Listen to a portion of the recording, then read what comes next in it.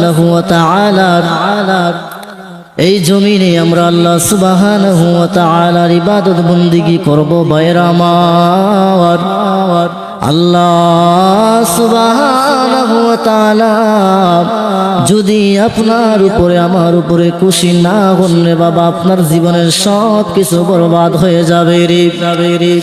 এ বন্ধু, দুনিয়ার জমিনে যদি আমল করো, সে আমল যদি আল্লাহর সন্তুষ্টর জন্য না হয়, আপনার আমল যদি লোক দেখানোর জন্য হয়, মানুষকে দেখানোর জন্য হয়, তাহলে আমার আল্লাহ পাক রব্বুল আলামিন আপনার একটা আমলও আল্লাহর কাছে গ্রহণ করবেন না। বলেন না নাউযুবিল্লাহ। হে বন্ধু, আমার নবী এই হাদিস সম্পর্কে বর্ণনা দিতে গিয়ে যে লোক দেখানো ইবাদত করলে আপনাদের সব কিছু বরবাদ হয়ে যায়, ইবাদতগুলা আল্লাহ সুবহানাহু ওয়া তাআলার কাছে গ্রহণযোগ্যতা পায় না রে বাবা। আল্লাহ সুবহানাহু ওয়া তাআলার প্রিয় হাবিব নবী করিম সাল্লাল্লাহু আলাইহি ওয়াসাল্লাম একটি ঘটনা বলেছেন। হযরত আবু হুরায়রা রাদিয়াল্লাহু তাআলা আনহু হতে বর্ণিত রাসূল সাল্লাল্লাহু আলাইহি ওয়াসাল্লাম বলেন, হাশরের ময়দানে, কিয়ামতের ময়দান, কঠিন ময়দান, ওই ময়দানে সর্বপ্রথম যেই ব্যক্তিকে তোলা হবে সে হবে একজন আল্লাহর রাস্তায় শহীদ হওয়া ব্যক্তি, শহীদ।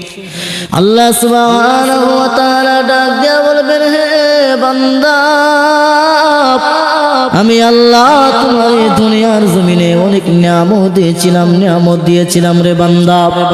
তুমি তোমার নিয়ামতের কথা স্মরণ করো রে বান্দা। আল্লাহ সুবহানাহু ওয়া তাআলার বান্দা ওই শহীদ ব্যক্তি ডাক দিয়া বলবে, ও দয়ার মালিক,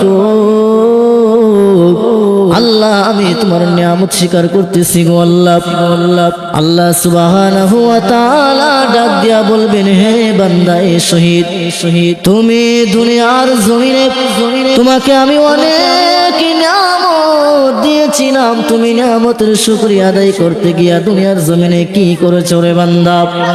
তখন সময় ওই শহীদ ব্যক্তি ডাক দিয়া বলবে, ও দয়ার মালিক, দুনিয়ার জমিনে আমি তোমার শুকরিয়া আদায় করতে গিয়া আমি কাফের বেঈমানদের সাথে যুদ্ধ করেছি, কাফেরদেরকে আমি কতল করেছি, এক পর্যায়ে আমি শহীদ হয়ে গেছি। ও দয়ার মালিক, দুনিয়ার মানুষকে দেখানোর জন্য নয়, একমাত্র তুমি আল্লাহকে দেখানোর জন্য, তুমি আল্লাহকে খুশি আর রাজি করার জন্য আমি শহীদ হয়েছি। আল্লাহ পাক রব্বুল আলামিন ডাক দিয়া বলবেন, ও বান্দা, ও শহীদ, তুমি দুনিয়ার জমিনে তুমি আমি আল্লাহর জন্য শহীদ হও নাই রে, দুনিয়ার মানুষের জন্য শহীদ হয়েছ। মানুষ তোমাকে শহীদ বলবে, মানুষ তোমাকে বীর পুরুষ বলবে, এজন্যই তুমি শহীদ হয়েছিলে।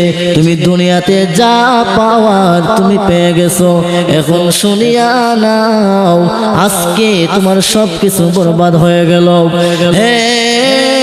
তুমি যেহেতু দুনিয়া পাওয়ার জন্য শহীদ হয়েছো, আজকে দুনিয়া পাওয়ার জন্য শহীদ হওয়ার কারণে দুনিয়াতে যা পাওয়ার তুমি সব কিছু পেয়ে গেছো, এখন হাশরের ময়দানে তোমাকে কিছুই দেওয়া হবে না।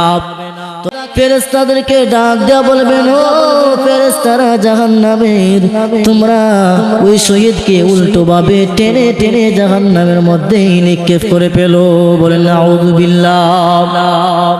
ওই ব্যক্তি শহীদ হওয়ার পরেও সে জাহান্নামী হয়ে গেছে, সে আল্লাহ রাস্তায় শহীদ হওয়ার পরেও কিন্তু কেন সে লোক দেখানোর জন্য মানুষ তাকে বীর পুরুষ বলবে, মানুষ তাকে শহীদ করবে, মানুষ তাকে স্মরণ করবে, এজন্যই সে কিন্তু এই কাজ করেছিল। এজন্য শহীদ হওয়ার পরেও আল্লাহ পাক রব্বুল আলামিনের আযাব গজব থেকে বান্দা বাঁচতে পারে নাই।